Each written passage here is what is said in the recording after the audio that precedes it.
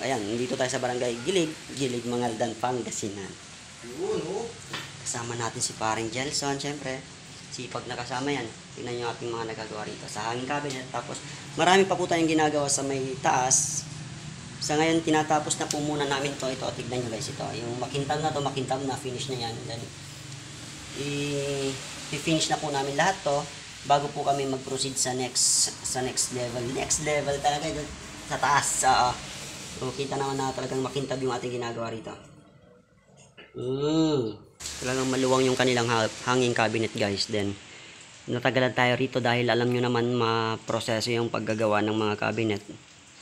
At manual po yung ating pag-apply ng mga pintura natin ginagamit dahil kung mapapansin nyo, finish na po yung bahay guys na. At wala rin po tayong magagamit na pang spray. At ito na nga, manual na po natin to. So maganda naman yung kinalabasan niya. Then makikita nyo to guys, lahat pagkatapos na po namin gawin or pinturahan po lahat ng cabinet sa may taas, sa may second floor.